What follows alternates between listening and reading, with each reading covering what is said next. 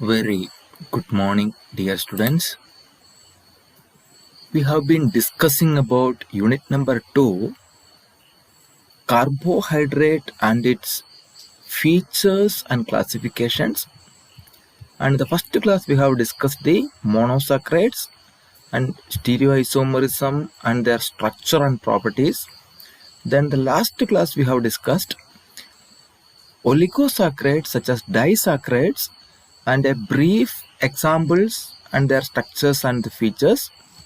And in this class, we are going to discuss polysaccharides, brief account with the examples. So this is what is mentioned in your syllabus. So as you all know, polysaccharides are high molecular weight carbohydrate which yield many monosaccharide when it is hydrolyzed. And this is otherwise known as glycans, polyholoside or polyoside. Okay, glycans, polyholosides or polyosides, and these are polymeric anhydrates of simple sugars, and the major component is glucose. Okay, that is D-glucose. The major component present in carbohydrate, especially polysaccharides, are D-glucose.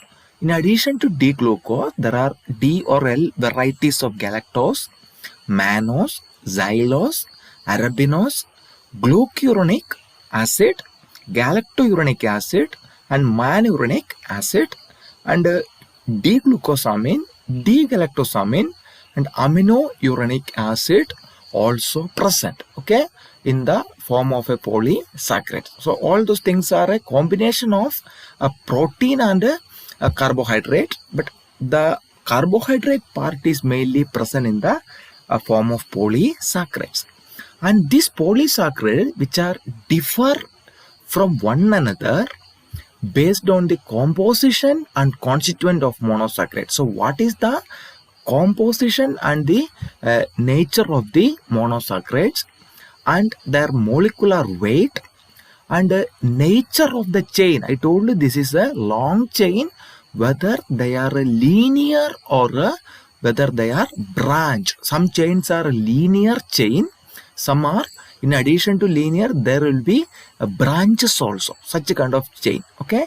And the type of glycosidic linkage, whether the glycosidic linkage is alpha and beta, and the type of linkage, whether it is 1, 2, 1, 3, 1, 4 and 1, 6, okay, based on the respective monomeric unit that is present, okay.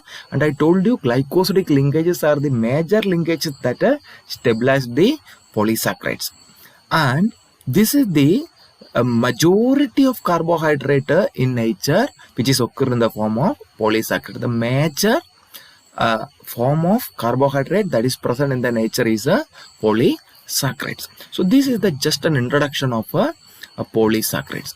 Then the classification of polysaccharides. So the classification of the polysaccharide is mainly done based on the chemical nature. Okay, the chemical nature of polysaccharides. The polysaccharides are classified into two groups.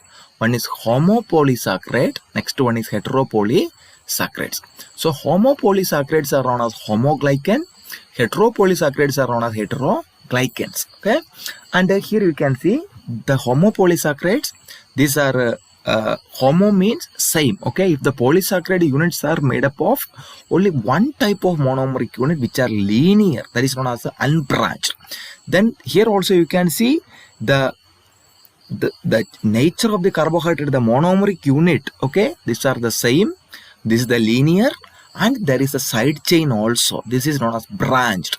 And heteropolysaccharides are nothing but if the polysaccharides are made up of multiple monomeric unit. Here you can see this blue color indicate one type of monomeric unit and the pink indicate another type of a monomeric unit. So this is a combination of two or more monomer, that is linear. So here you can see this multiple monomer which are different types. They are heteromers, okay. There you can see there are emerged from the side chain also, and you can see both the type in this particular polysaccharide, that is heteropolysaccharides. And based on the functional aspects, the polysaccharides are classified into two groups. One is known as nutrient or digestible polysaccharide. Next one is structural or indigestible polysaccharide. So nutrient or digestible polysaccharide, as the name indicates, this polysaccharide can be digestible by metabolic process. Okay, the metabolic reservoirs of monosaccharides that is commonly present in plants and animals such as starch, glycogen and inulin. Okay, so these are the digestible polysaccharides.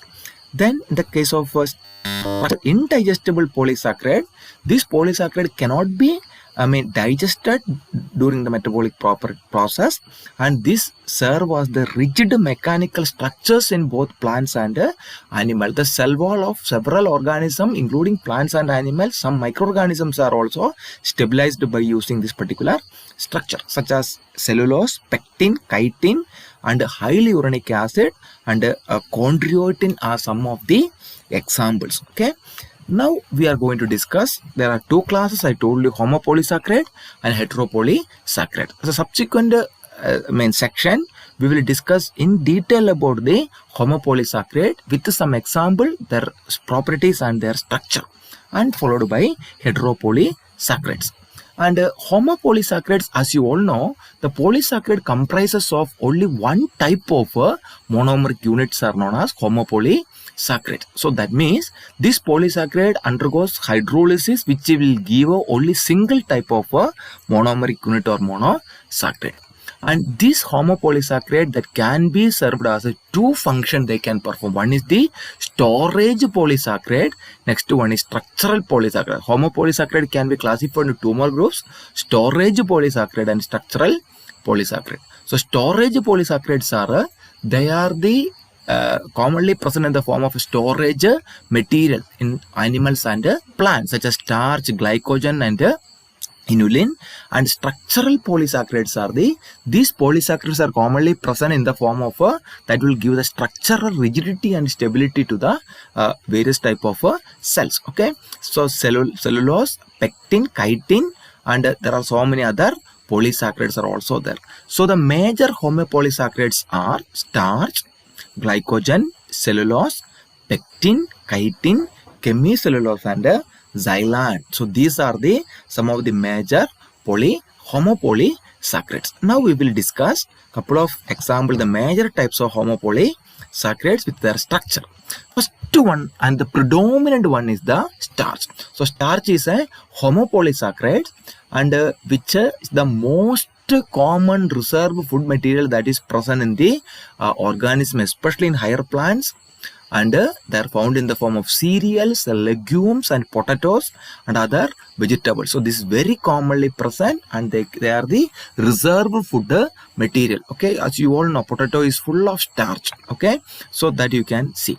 And this natural starches consisting of two components. So what are the chemical constituent of starch? That is, there are two components. One is known as amylose, next one is known as amylopectin. Okay, so this amylose is a long unbranched or linear straight chain of glucose residues. Okay, long unbranched straight chain of glucose residue that comprises of approximately 15 to 20%. And amylopectin, they are the major constituent of the starch. They comprise of 80 to 85%. They are, in addition to a linear chain, there are branched chain are also there. Linear and branched both are present in the amylopectin. And the properties of amylopectin is different from amylose. Then again we will discuss in detail about amylose. So amylose, otherwise known as alpha amylose, and there they simply we can call it as amylose, and which has a molecular weight that is ranged from 10,000 to 50,000 as the molecular weight, and that is commonly present in the plant. Okay, and how it is produced? It is produced by the elimination of a molecule of water from the glycosidic hydroxyl group of one alpha D glucose molecule and alcoholic hydroxyl group of hydroxyl group of the on the fourth carbon atom of the adjacent alpha glucose molecule. We will discuss that. Then this is the linkage is, and there is a formation of strong linkage called alpha 1,4 glycoside or glycosidic bond. Okay, and this long chain, once it is degraded by the enzyme called amylase, so it will give a maltose. So you know that in the last class we have discussed maltose is a disaccharide.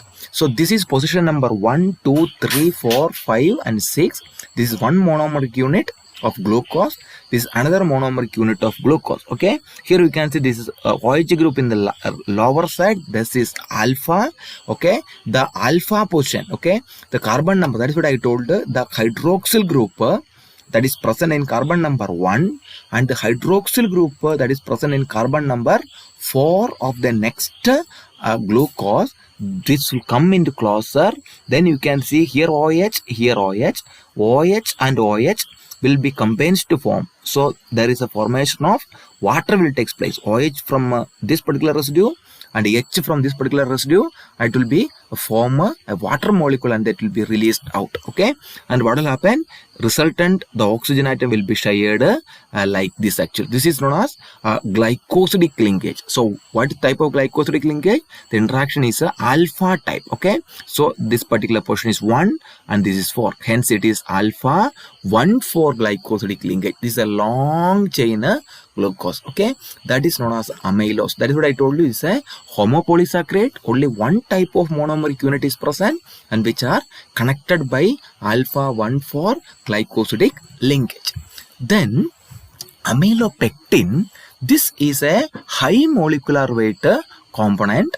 Okay, approximately 50,000 to 10 lakh is the molecular weight, and individual molecule consisting of 3,000 to 550 glucose unit. Okay, and this particular things has got two bonds. One is alpha 1,4 glycoside bond and alpha 1,6 glycoside bond. Okay, and once this amylopectin, it is hydrolyzed, so it will produce a isomaltose. Okay, and this amylopectin comprised of 3 chain, that is known as chain A, chain B and chain C, each chain consisting of 24 glucose residues, and A chain are linked to B chain in 1,6 or 1,3 manner, 1,6 or 1,3 linkage manner. Okay, and the B chains are linked to other B chains, the terminal one which is a single that is linked to a single C chain. So here you can see this is a glucose residues. Okay, as this is an amylose chain we have discussed, that is alpha 1,4 glycosidic linkage. Then this is already present.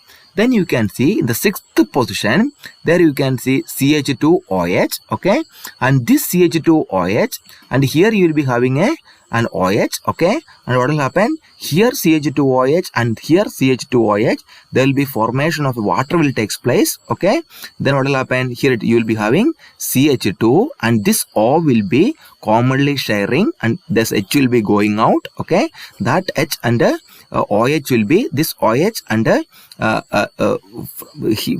here one H will be combines to form water molecule, and you can see the linkage is 6 and the next chain it is 1. Okay, the first position there is hydroxyl group. So hydroxyl group of the first position of this particular chain of amylose will be interacted with the 6th residue that is present in the glucose. Here you will be having CH2OH. Out of the CH2OH, you will be having this OH will be interacted with this OH, and here OH will be there, and here also OH will be there, and OH plus OH, there is a OH plus H, then one oxygen will be it will be paired. Okay, that is CH2O. Okay, that is the structure, that is known as alpha 1,6 linkage. So that is the structure of amylopectin, and these are the major components of starch. Both this amylose and amylopectin will give the characteristic features to the starch. And starch is a white, soft, amorphous powder which lack the sweetness. Okay, the disaccharide, either fructose or lactose, okay, that has mild sweetness actually, but here there is no sweetness at all, and this is insoluble in water, okay, alcohol, and ether at ordinary temperature. Why? Because 85% of the structure will be comprises of amylopectin, which are insoluble in nature. So the resultant starch is insoluble in water. Okay, and the specific rotatory power of starch is 196 degree.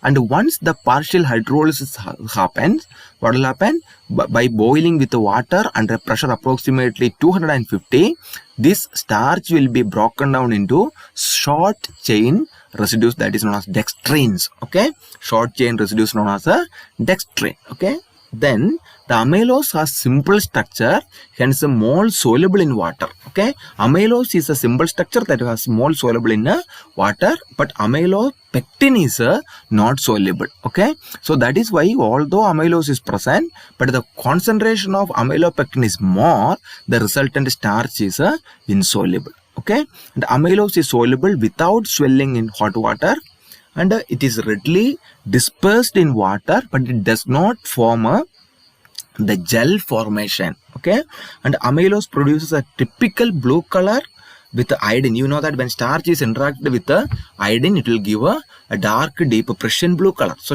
when the indication of a starch, okay, the presence of starch, you can see iodine can be used as the suitable indicator. But in the case of amylopectin, okay, that gives a purple color with the iodine. Okay, amylopectin will give purple color, and blue will be giving the and amylose will be giving a blue color. So the resultant one will be a bluish purple color when starch is treated with the iodine.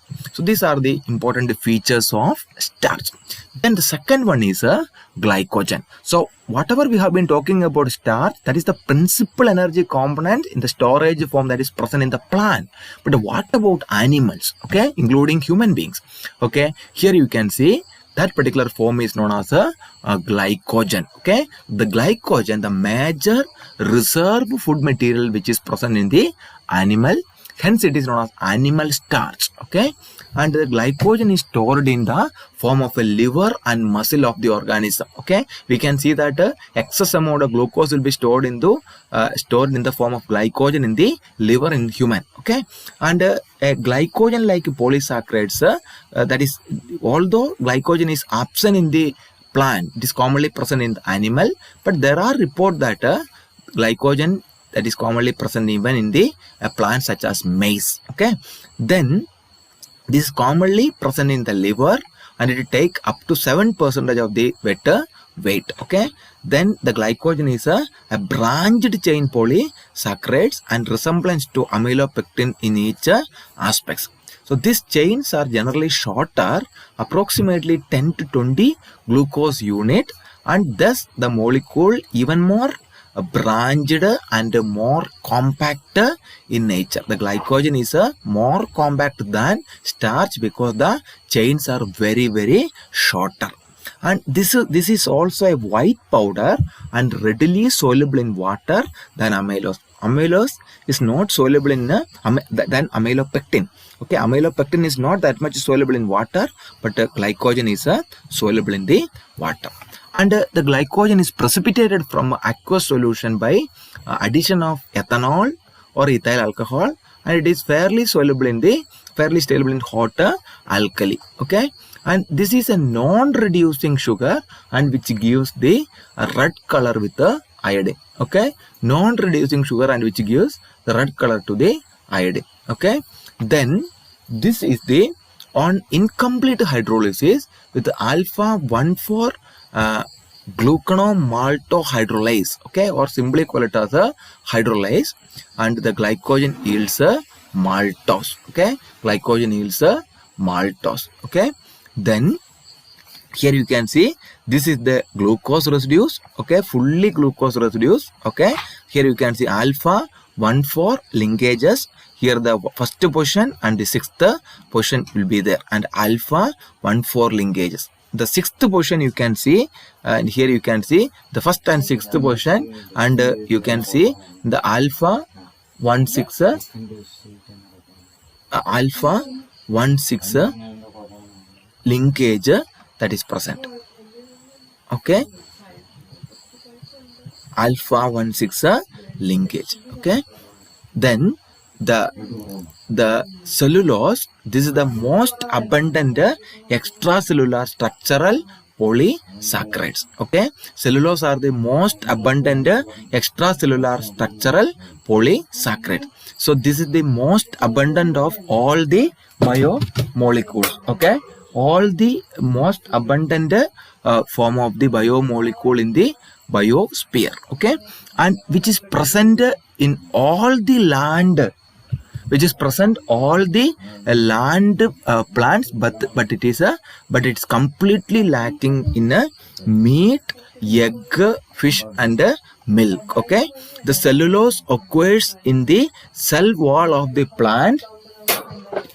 Cellulose occurs in the cell wall of the plants, where it contributes in a major way to the structure of the organism. Okay, then a plant residues in the soil consisting of approximately 40 to 70% of cellulose. Okay, the molecular weight of cellulose ranges between approximately 2 lakh to 20 lakh, thus corresponding to 1250 and 12,500 glucose residues per molecules. Okay, that is known as a cellulose. Then the cellulose formed by taking out a molecule from the water from the glycosidic hydroxyl group of a hydroxyl group on a carbon atom 1 and 1 beta D glucose molecule and the alcoholic hydroxyl group on carbon number 4. As I said, the same thing. Okay, from here the first position there is a hydroxyl group, and there is a fourth position there is hydroxyl group. Okay, and there is a sharing of the once water will be removed, hydroxyl group will be removed, then oxygen will be sharing in the common way. Okay, and the glucose units are linked together by beta 1,4 glycoside linkage. Okay, it is a fibrous, very tough white solid, insoluble in the water, but soluble in the ammoniacal hydroxide solution. There are certain solution. Okay, ammoniacal cupric hydroxide solution. Okay, it gives no color with iodine and lack the sweetness. Okay, that is the important thing. Here you can see linear chain. In the case of what is the major difference between this one and amylose? Okay, so here it will be one in this particular position it is first position, and this particular position it is a fourth position. Carbon number 1 and carbon number 4. This carbon number 4 in the next residues. Okay, and here you can see hydroxyl group, and here also hydroxyl group. Okay, so this is beta type. Okay, and that is why the linkage is like this. Okay, this is beta 1,4 glycoside linkages. Okay, then the next one is the next one is the pectin. Okay, this is commonly found as intracellular substances in the tissue of young plants and abundant in the fruit ripening. Okay, the ripened fruits such as guava, apple, pears, etc. Okay, on the components of the it is the middle lamella found in between the cell wall and the adjacent cell, is commonly present in the middle lamella. And the polysaccharides is composed of alpha D glucuronic acid. Okay, a monomeric unit of glucuronic acid, where some of the free carboxyl groups are esterified with methyl alcohol. Okay, methyl alcohol and other compounds with calcium and magnesium ions. Okay, and these are known as polygalacturonic acid. Okay, and which are high molecular weight substances. Here you can see this is glucose. Okay, the sixth position of glucose, instead of CH2OH there is COOH. That is known as the here you can see the OH is here. Okay, that is known as the if the OH is in the top, you know that is galactose. That is known as galacturonic acid, which are high molecular weight component. Here you can see N times, and which provide the gelling characteristics of jellies and preserve that is from the fruits for a very long time. Okay, then there's preserve the coating will be present in the fruits. Okay, that is known as pectin. Here you can see polygalacturonic acid. Next one is the chitin. Chitin is the most abundant polysaccharide in the nature after cellulose. Okay, so one of the most abundant biopolymer on the earth, mainly found in the fungi. Okay, such fungi, both mold as well as yeast. Okay, and some arthropods also, such as crabs and insects. Okay, and what is this? This is the linear combination of N-acetyl glucosamine unit, N-acetyl D-glucosamine unit, which are joined by beta 1,4-glycosidic linkage or glucosidic linkage. Okay, and the stability is mainly due to the hydrogen bonding of N-acetyl side chain. Here you can see this is acetic acid, CH3COOH. Here you can see here it is a NH2. Okay, so here you can see NH2, that is known as a glucosamine. Okay, so this is glucosamine. So glucose, instead of OH there is an NH2 group here. When CH3COOH, that NH2, one H and OH will be released out, then you will be having the glucosamine unit. Okay, so this upon hydrolysis, this glucosamine will give you the end products such as glucosamine and acetic acid. This is glucosamine and this is acetic acid. Okay, this is the structure of a chitin. This is commonly present in so many organisms in microbial world. This is very important because the cell wall of fungi, especially the molds and the yeast, are mainly made up of chitin. Then the next one is heteropolysaccharides. I told you heteropolysaccharides are the polysaccharides that has more than one type of monomeric unit. That is why I told you this will give a mixture of monosaccharide upon hydrolysis. Okay, and there are various combination. It is available in both in plants and animals. And the major type of heteropolysaccharides are known as mucopolysaccharides. Okay, and this mucopolysaccharide, they are not only sugars. Sometimes what will happen is they are the mixture of a simple amino acid, even an amino sugars. Okay, amino sugars and uronic sugars are also present. We have already discussed the classification of sugar. Amino sugars, the amino acid amino group which is attached to the sugar one hydroxy group of the sugar residues. Okay, that is the important aspects here. And here this is the gelatinous substances which are of high molecular weight, approximately 5 into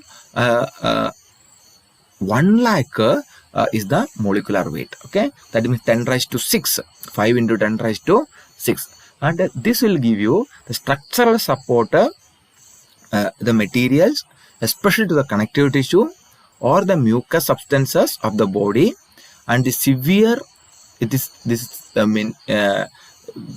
has serve as mainly as a lubricant and a cementing substances in the so many organisms. Okay, as a lubricant properties as well as the cementing substances. Okay, coating, setting properties. And structurally this consisting of disaccharide unit in which a uronic acid is a commonly bound and which is a third carbon atom. Hence there is a bond called 1,3 linkages. Okay, and these disaccharide residues are also present or consisting of a 1,4 linkage. Alternative 1,3 and 1,4 linkages probably present in this particular heteropolysaccharide. The major heteropolysaccharides are hyaluronic acid, chondroitin, full name is chondroitin sulfide, then dermatan, okay, dermatan sulfide, keratosulfide, heparin, vegetable gum and agar, agar. Okay, so these are the major type of important heteropolysaccharides. And here you can see the hyaluronic acid. What are the combinations in hyaluronic acid? The monomeric units are D-glucuronic acid plus N-acetyl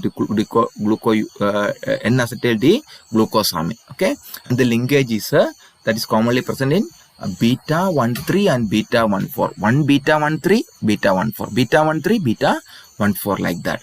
Then chondroitin sulfate A, the monomeric units are D-glucuronic acid plus N-acetyl glucosamine for sulfate. Here also the linkage is beta 1,3 and beta 1,4. Okay.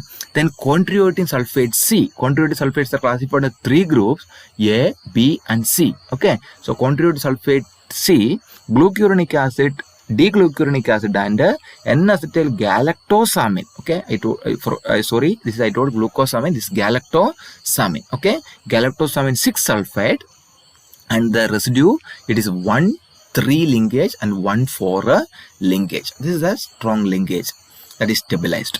Then next one is dermatan sulfate, that is chondroitin sulfate B. Okay, chondroitin sulfate C is known as that is the stabilized by D-glucuronic acid plus N-acetyl D-galactosamine 6 sulfate. But in the case of dermatan sulfate or chondroitin sulfate B comprises of L-ioduronic acid plus N-acetyl D-galactosamine 4 sulfate. Here the linkage is alpha 1,3 and beta 1,4 linkage. All other things are beta 1,3. Here it is a alpha 1,3. That is why there is a difference. Okay. Next one is keratosulfate. The monomeric units are D-galactose plus N-acetyl glucosamine 6 sulfate. Okay. And the linkage is beta 1,4 linkages, and here beta 1,3. Here you can see just opposite. Here it is beta 1,3 and beta 1,4. Here it is beta 1,4 and beta 1,3. So these are the common type of mucopolysaccharides. Now we will discuss couple of examples in detail. First one is the most important mucopolysaccharide called hyaluronic acid. Okay, so hyaluronic acid, as I said, this is a monomeric this substance which comprises of the polymeric substance comprises of D-glucuronic acid and N-acetyl D-glucosamine connected by both 1,3 and 1,4 beta linkages. Okay, so that you can see. Okay, so here most abundant members of the mucopolysaccharide, and it is found in higher animals, and these are components of various tissues such as the vitreous body of eye and the umbilical cord and synovial fluid of joint. Okay, that is why the high viscosity of synovial fluid, that is due to the presence of hyaluronic acid. Okay, so this acts as the biological lubricants. Hyaluronic acid acts as the biological lubricants. Okay, so these are least complicated structure among the mucopolysaccharide. That means to say, although this is little bit complicated long polymer, this is the simplest polymeric chain among mucopolysaccharides. So as I said, this is a straight chain of D-glucuronic acid and N-acetyl glucosamine or NAC alternating in the chain. So the molecular weight is approximately 50 lakh. Okay, so here you can see the linkage beta 1,3 and beta 1,4, and this is acidic in nature. Here you can see position number 1. This is glucuronic acid. This is one glucuronic acid residues. Next one is N-acetyl D-glucosamine. Here you can see position number 1, and here this is coming and binding node to position number 4. This is position number 3. There is hydroxyl group. Okay, this is 1,3 linkages. Okay, why it is this one? Because this is beta chain, beta orientation. The hydroxyl group is in the top side, hence it is beta, and that is a O. Okay, and here you can see, and that is interacted with the position 3. Okay, that is 3. Then, but you see the next one, the interaction between glucuronic acid and N-acetyl glucosamine, linkage is 1,3.